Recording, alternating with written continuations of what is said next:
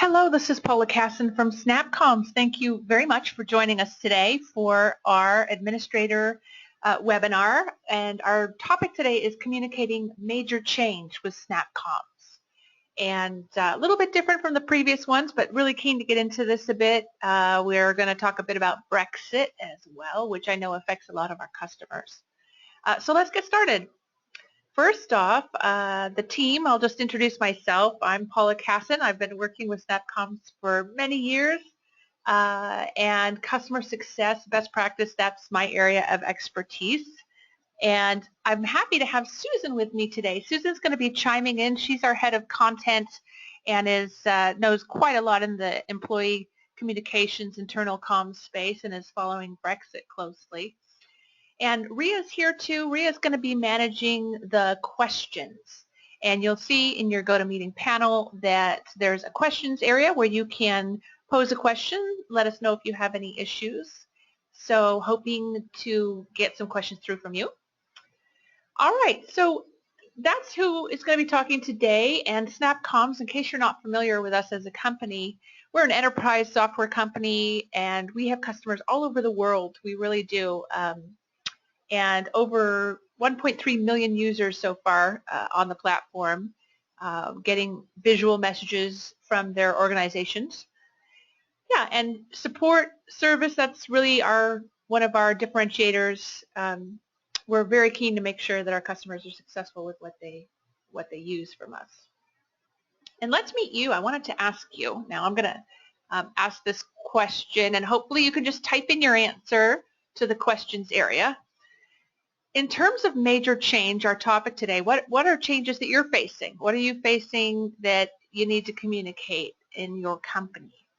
I'd love to know. Just give us a bit of background so we can make sure we tailor this right for you. Okay, and I'm getting a few answers through. I see one person says we've just been through a spin-off and a merger and have to communicate. Someone else said safety protocols need to be sent out. Okay, another merger acquisition. Okay, I don't see anybody saying Brexit, but hopefully that's okay. We're going to use Brexit just as an example, but that's wonderful. Thank you for a little bit of feedback there on what topics you're currently facing so we can make sure we address them. And our goals here today, we want it to be a working session. We want to give you some ideas that you can use right away. We don't want it to be all theoretical or high level. So hopefully we'll achieve that today with the content we have. You'll have to let us know at the end. Okay, now let's get into it. In terms of our agenda today, we're going to go through 4 main articles. First, items, articles. I just said articles. We're going to go through, what do we mean by major change? What does that look like? And Brexit, how does it have those characteristics? And then we'll get into the meat of it. The meat of it is the last 2 sections, which is for your communications, your change communications, what do you really need, what's critical. And then scenarios using SnapComms. How, in these kind of situations, how can you use our messages to really take it to that next level and just sort of hit that home run? All right. So what is major change? Let's start with that. Okay, major change, it's going to be something that impacts most of your organization. There's some change, of course, that's going to be big for one division or one location or one type of job. But really, we're talking about huge things here that are going to impact most of your employees in either 1 or 2 ways. Either there's a risk that their engagement or their productivity is going to drop because of some scenario. We really want to keep them tight and happy and motivated, doing their best work. Or maybe there's something that actually changes what they do. They're here, we have a new system that they have to use. There's a new protocol, a new compliance process, whatever that might be. So that's sort of the way we generally define it. And really it's a situation where your communications have to be consistent, coordinated, timely. Oh my goodness, those are, you might say that about everything, but have a look at this list, right? Merger, acquisition, spin-offs. I'm glad to hear you guys some of you mentioned that. We've seen it lately just in town. We're using GoToWebinar as our platform, and Citrix Online, which runs GoToWebinar, they're based near me in Santa Barbara, and Citrix spun them off, and they're just finishing up that process, which has taken about a year. So we're watching that one closely. And of course, merger acquisition, you've got LinkedIn being bought by Microsoft. Part of LinkedIn is right down here near us too. Gosh, these things are happening all the time.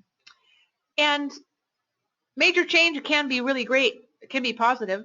A lot of times, though, it's negative. It's worry and stress for employees. And speaking of that, Brexit. So Brexit, this is the example we thought we might get into to look a little bit further at major change. And Brexit, wow, it's the Ben-Hur of major change, I'd say.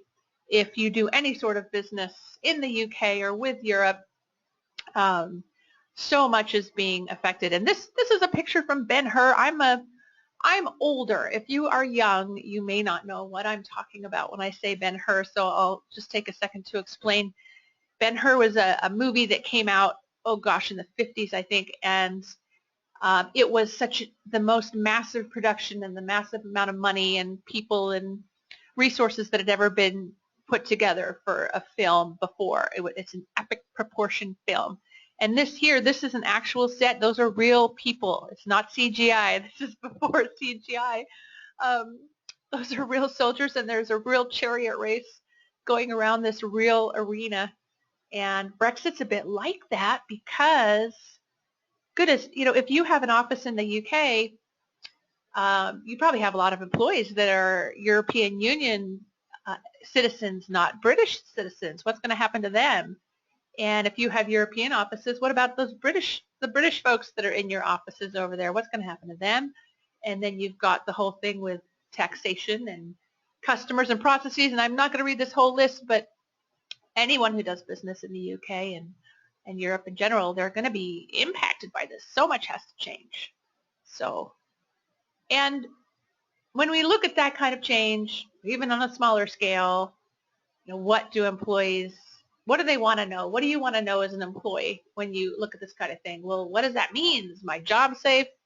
Oh my gosh, what's going to happen? Oh, do I still have a job? Am I going to do something differently, right? You sort of start with that. How does this affect me? How does this affect me?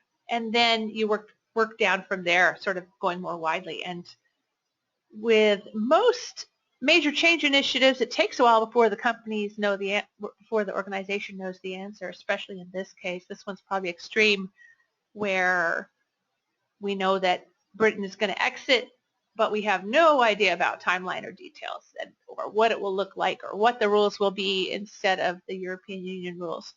And you can see that with mergers and acquisitions too. Normally, they announce those kind of things, and it takes quite a while before you really know where's the overlap, what jobs are going to be consolidated, or where are functions going to be based.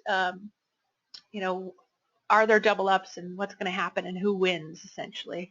That's a bit brutal, but that's the kind of thing with major change that's just the fundamental. Okay, and then now this, Susan, I want to start talking to you, Susan, because I know you'd mentioned this in one of the articles. We have an article on our blog about Brexit and timeline communications for that. You mentioned that this is just an insane opportunity too, though. These kind of major change situations can be a communicator's dream in terms of the impact you can have on the organization and what you can do to make a difference in the organization. So I wanted to ask you to talk a little bit about that. A real great opportunity to really kind of step up and show just the value that good internal communications can bring to an organization. Very good. Great. And when it comes to this, there's different phases with a major change situation, right? So in this case, we've got where we are now, where we know what's going to happen, we don't know what the impact's going to be. Then you get to a time where you know the details. What's happening if it's an external situation? What's happening out there? You can start building the company response. And then phase 3 is that's when you know what's going to change and you're really getting into making sure employees are up to speed and able to adapt and change what they're doing. All right, so we're going to come back to this in a little bit. And let's go into major change communications, what you'll need.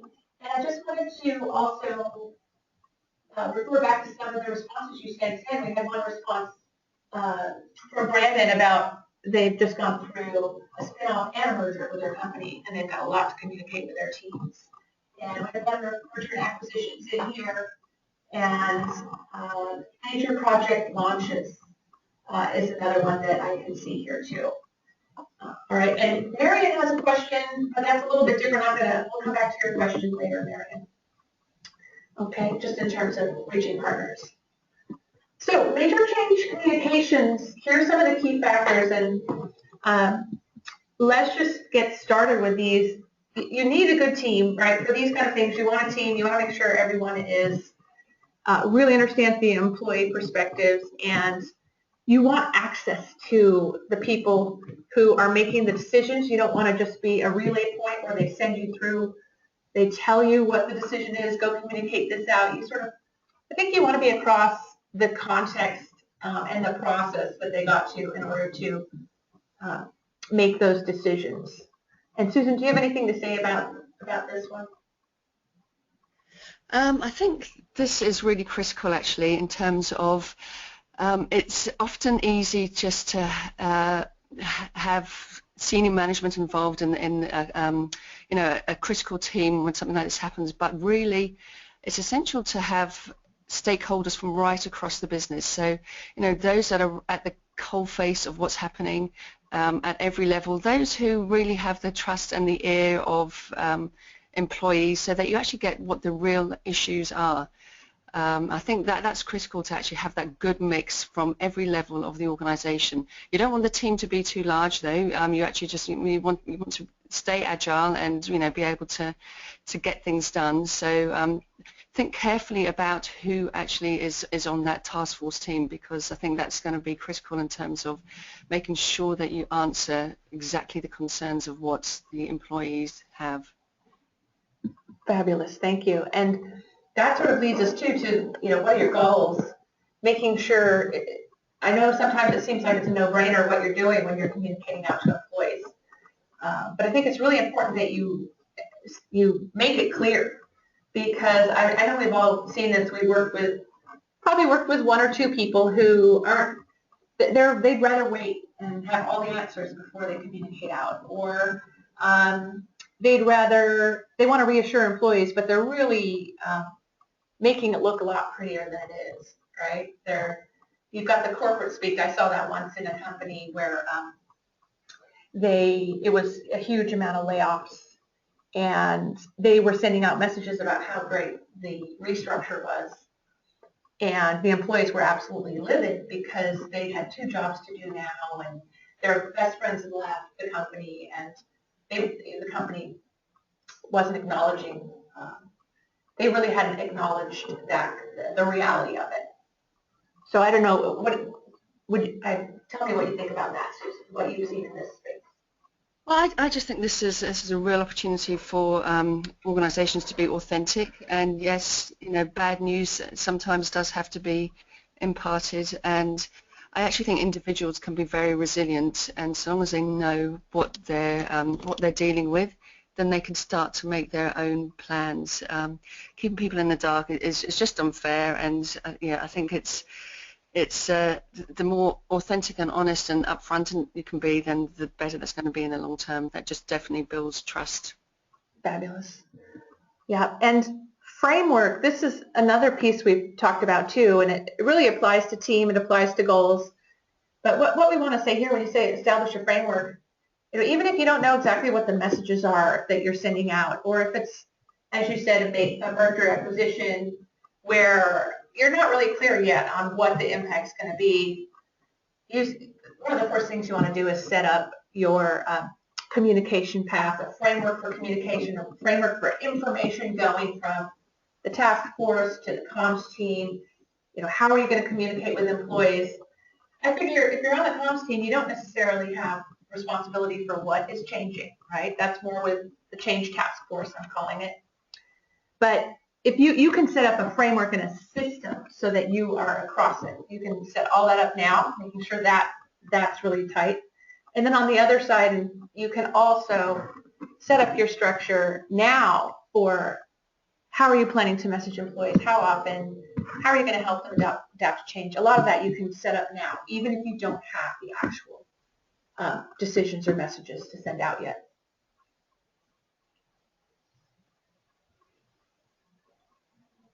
Susan, do you have, I think you said that was a big piece of it, yeah?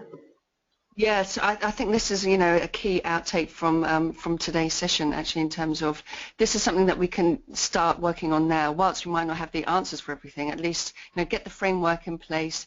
The last thing you want is, sudden decisions are made and actually you haven't got this framework ready to go. But get the task force up and running, start to be, set some discipline in terms of when you're going to be meeting and who's going to be responsible for which actions. And then once those announcements start to come through, you'll be ready to kind of hit the ground running. Fantastic. Okay, and just moving along, I really want to get to some of the specifics around SnapComms as well, but a couple more points to tell you before we get there.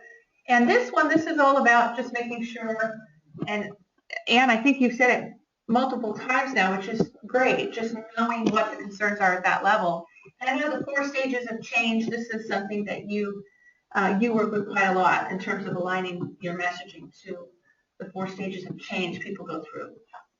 I think, understanding that people transition through change at different levels, but pretty much, there's these 4 recognized stages, and I think, try and match your communications to each of these stages. That first stage is, that first change stage is, Oh, sure.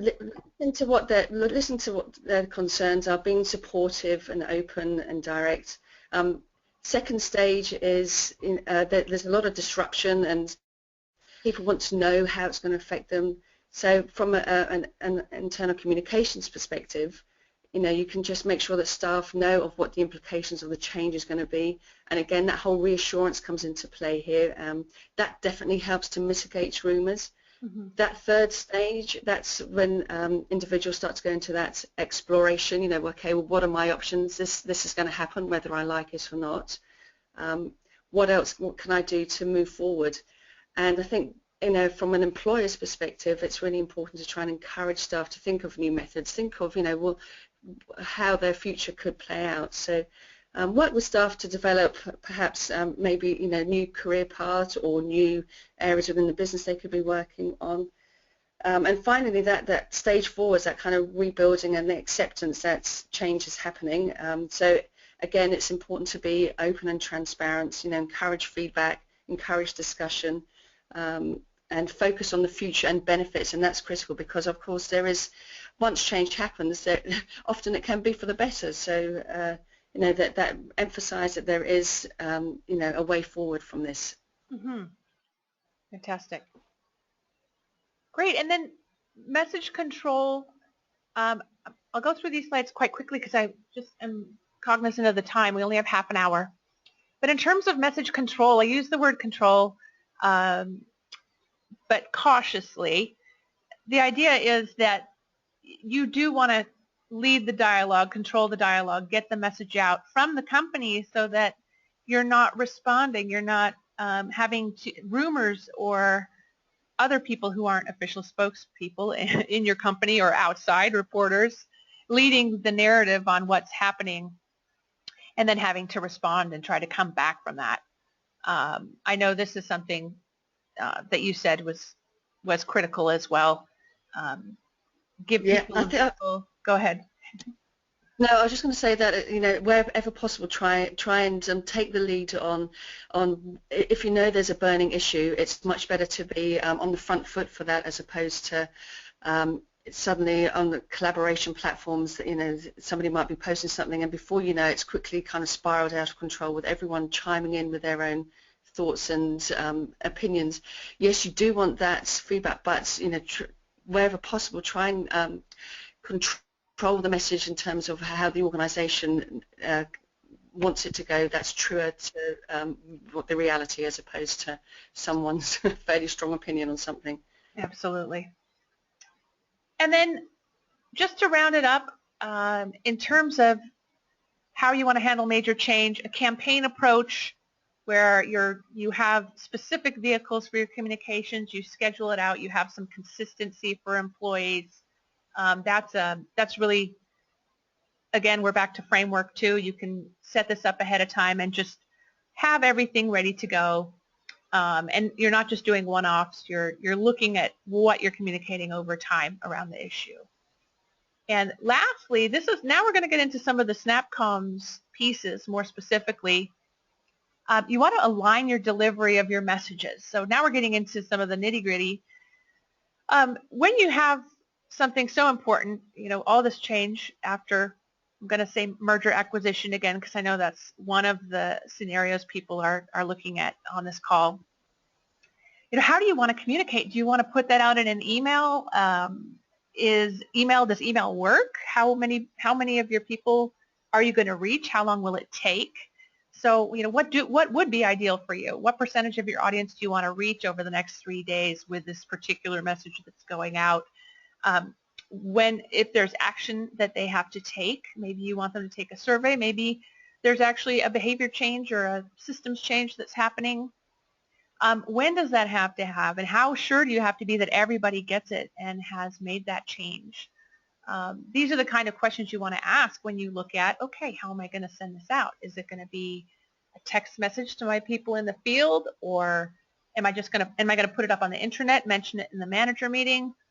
Our tools, as most of you know, our tools are all about push messaging, visual messaging that will cut through. We're not going to have one thing in the inbox or something on Yammer that, or a social media channel that maybe 10% of people really are power users of. We can give you the ability to reach everybody. And I've got a list here of some of the message types we have and how they might be used. And that's where we're going to go now. We're going to have a look at specific examples and this should give you ideas for any kind of major change, how you might use some of these tools that we have. So let's get into that. And I told you the slide was coming back, and it has. So let's look at phase 1 right now for something like Brexit. Say you're a UK or a European company, and this is something you've already done some of this, of course. But let's have a look at what you want to do right now when Brexit's going to happen. We have no idea when. We really don't know what the new rules are going to be. So probably what you want to do is you want to let employees know what the company's doing and reassure them, make sure they're engaged, build up that trust, and then maybe give them a place where they can submit their feedback or suggestions or have a discussion or just vent or just, ask about whatever's worrying them. So what we'd say is most companies, they're going to be putting up some sort of resource on their intranet, on Confluence, or on an internal, make an internal resource for employees, right?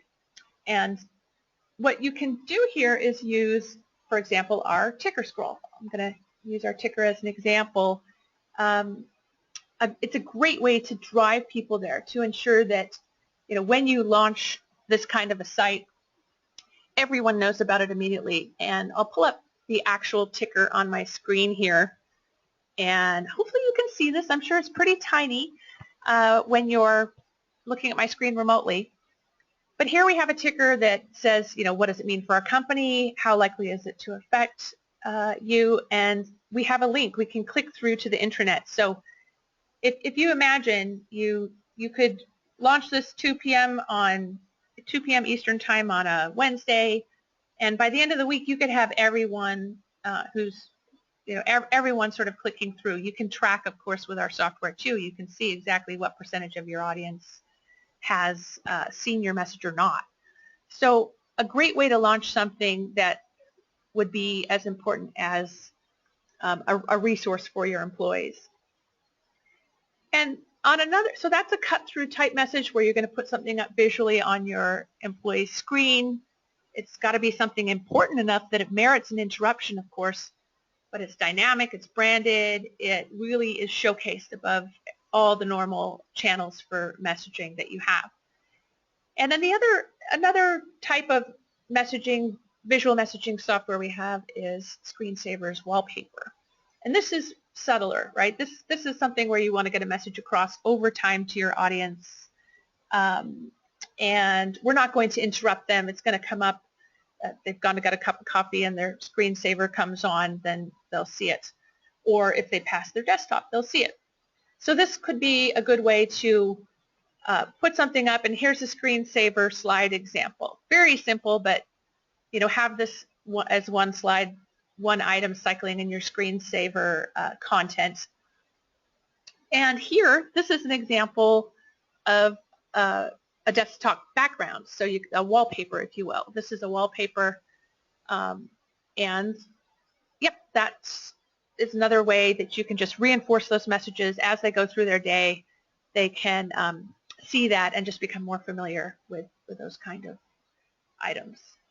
And Susan, did you have other suggestions? Yeah, no, I was just going to say that a lot of our customers get great results from their screensavers just because they are useful for reinforcing key messages on an ongoing basis. So, for example, if there is a major change announcement and the CEO does, an all-staff meeting, not everybody can attend those presentations, for example, or sometimes some of the key messages are just missed, quite honestly. So it's really great to use those screensavers just to reiterate and reinforce what the CEO or senior management is trying to communicate. I love that idea. That's a great idea. Great idea to pull those messages out, and anybody who not have them have to go find the webinar or find the podcast or there's no excuses then. yeah, just have the main points up. Fantastic. Okay, so now let's say Brexit, Britain's made the announcement. They've got they've started to negotiate with the EU, and we know what's coming down the pipeline. All right, something's happening. We want to tell employees, here's what we've set up in terms of task force. Here's what we're probably going to be doing over the next year, 2 years. And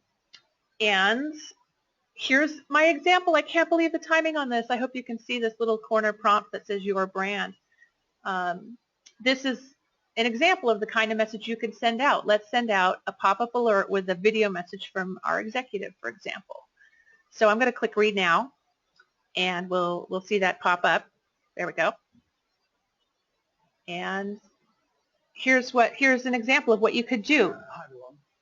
I wanted to talk to you about what's happening. So I'm not sure if you can hear I don't know if you can hear the audio. Probably not. But yes. Yeah. No. We can. Oh, you could. Okay. So this is an actual CEO for a UK company, and I found this on YouTube. It just was a perfect example where he's gone out and he's talked about what employees think about what's happening. And we've seen this before with video that we had a really big grocery store chain in the US that used our video alert to get a key video out to employees. And something that would have gone on their intranet and had maybe 500 views, they put it out this way and they had essentially all 6,000 people seeing it within 2 days. Because you figure out how you're going to visually display it when you're going to have it come up. But they were able to get that penetration that was really critical for them so much more quickly. And yep, that's another idea for you with some of this major change. If you have something like that you want to make sure everybody knows. And I'll close that one and then show you the next one, which has conveniently come up. And this is an engagement survey. So let's, you probably want to find out how are they doing? How are they feeling about this? What's the vibe like? Whatever kind of information you want to capture when it comes to major change, you can of course use our pop-up survey tool, which is something I've just put on screen. And you'll see there's a lot of animation on this one. This one has animation built in. And simple example, ask them a few questions, tick box questions or open-ended questions, and you can even send out something like this, an engagement survey, to a subset of your employees. Send it out to 20% of your employees. You'll get 15% responding out of the 20, and you'll get a statistically relevant response back. You can send it to the entire company or just to a portion of the company, and do it quite often in order to get the information back that you want. So, and I didn't mean to click bad words here. Okay, I'll close that. Yeah, and Susan, any sort of thoughts on that? Actually, no, I haven't. I think I'm just conscious of time because we're nearly running out of time. Very good. So let's go one step further. You know, when you get to that phase where it's really all about execution, it's all about making sure people know what they have to do differently, you know, when these things are happening. So now it's less about making sure they're engaged, happy, you know, keeping morale up, and now we're really into, okay, we've got that system cut over happening, or you know, on this date we have to start using a different process for whatever we're doing, right? So with that, you can, we have some of our tools are equally good for that. We have what we call a countdown screensaver, and let me just pull this one up. We have, you know, you can send a ticker. We see people sending out tickers as reminders. You know, we have a live call. This is the last call we're having to answer any of your questions. We want to make sure everyone's clear on what they have to do come Monday. You can use our cut-through tools to make sure you get maximum attendance for things like that.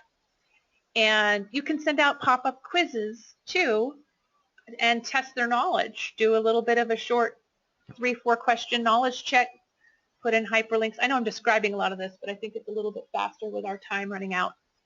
But you can do a knowledge check quiz and get a sense of how people are doing when it comes to what you think they really need to know how to do. And then countdown screensaver, this one's really effective. And I know, Susan, you had a couple of comments. You've seen this one work quite well before.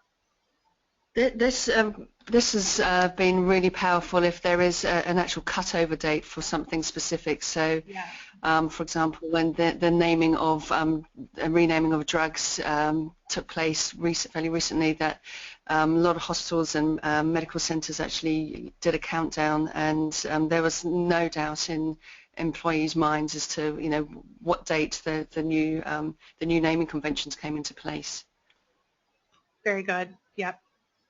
And the countdown screensaver too, you have the screen that has the countdown clock counting to whatever date you want it to go to, and then once that date is reached, you have a different screen that automatically appears saying, hey, we're here now, don't forget. So there's like there's a before and after part to the visual that you get out there. So that's really what we wanted to go through today in terms of major change.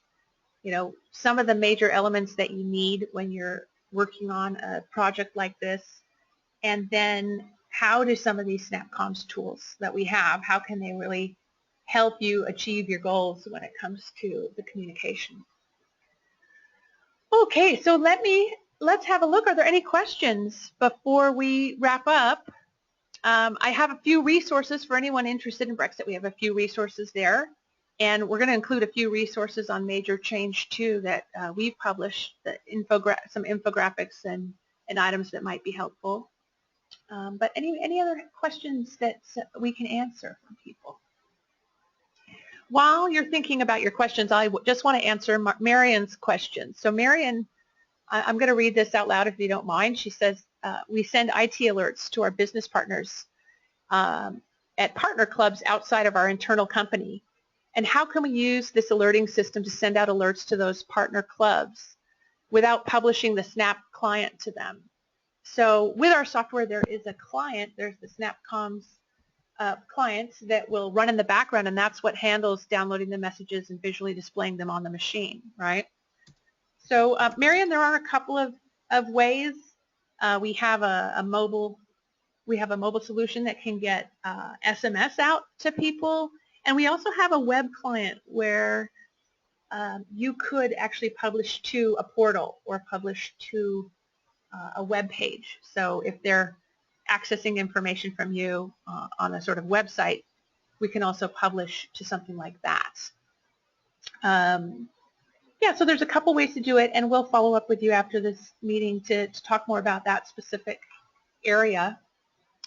And if anyone wants some of these examples or have any specific questions about their major change initiatives, please let us know. I don't see any more questions coming in. And Susan, thank you so much. Do you have anything to add before we wrap it up? No, I think that's been awesome. Thank you so much, Paula. Just to really get established with that framework. That's the kind of my key message to listeners today. And get your task force appointed. Start to think about the best channels to get that message cut through. It's not going to be just one. People absorb information in different ways. So I think that's really important to make sure that you cater for a wide demographic in terms of communicating change, because the last thing we want is misunderstanding or misinformation. So it's look at what different tools are available and use them all. Use them all. Fantastic. Yep. Absolutely. And listen, thank you all so much. We'll be sending you a link to a recording and also a download link for the slides. So we'll send you those, and have a great day. Thanks so much, and best of luck with your major change initiatives. Okay, take care, everyone. Bye-bye. Bye-bye.